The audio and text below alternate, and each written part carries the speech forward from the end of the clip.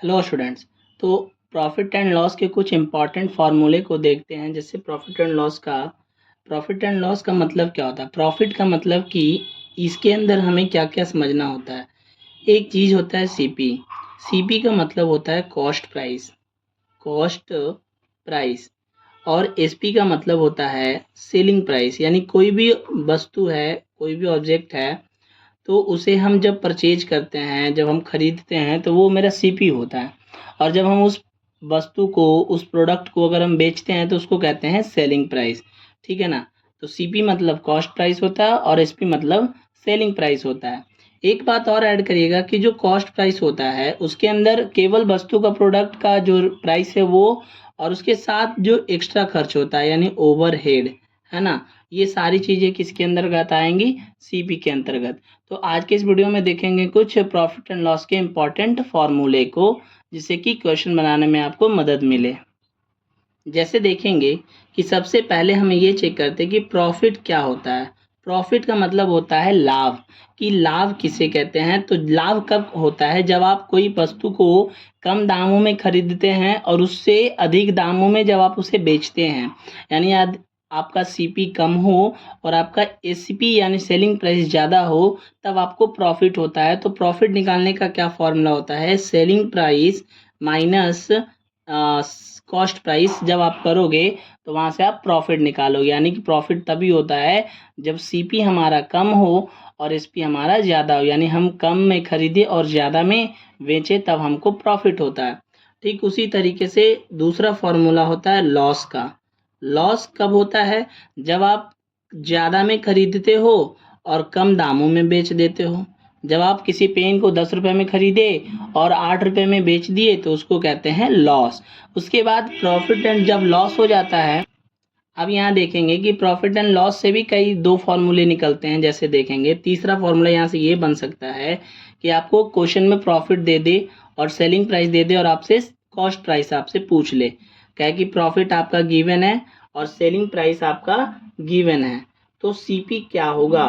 तो सीपी यहाँ पे क्या हो जाएगा, सीपी क्या हो जाएगा, सेलिंग प्राइस माइनस प्रॉफिट।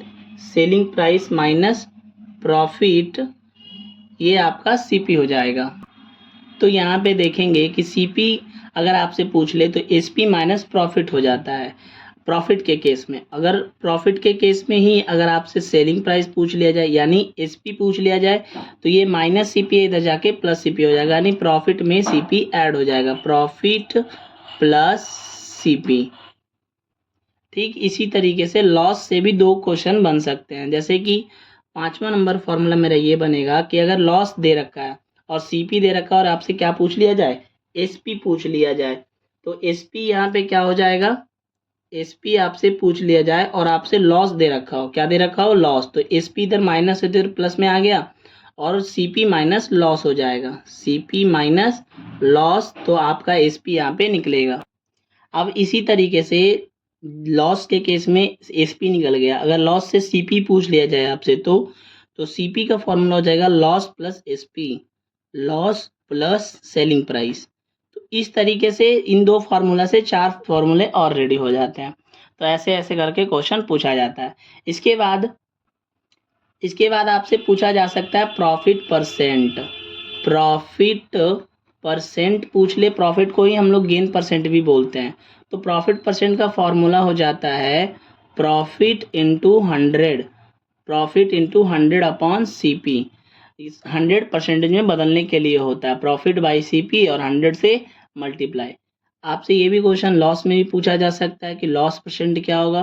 तो लॉस परसेंट का फॉर्मूला होता है लॉस बाई सीपी, यानी loss into CP, loss into 100 और अपॉन में हो जाएगा सीपी।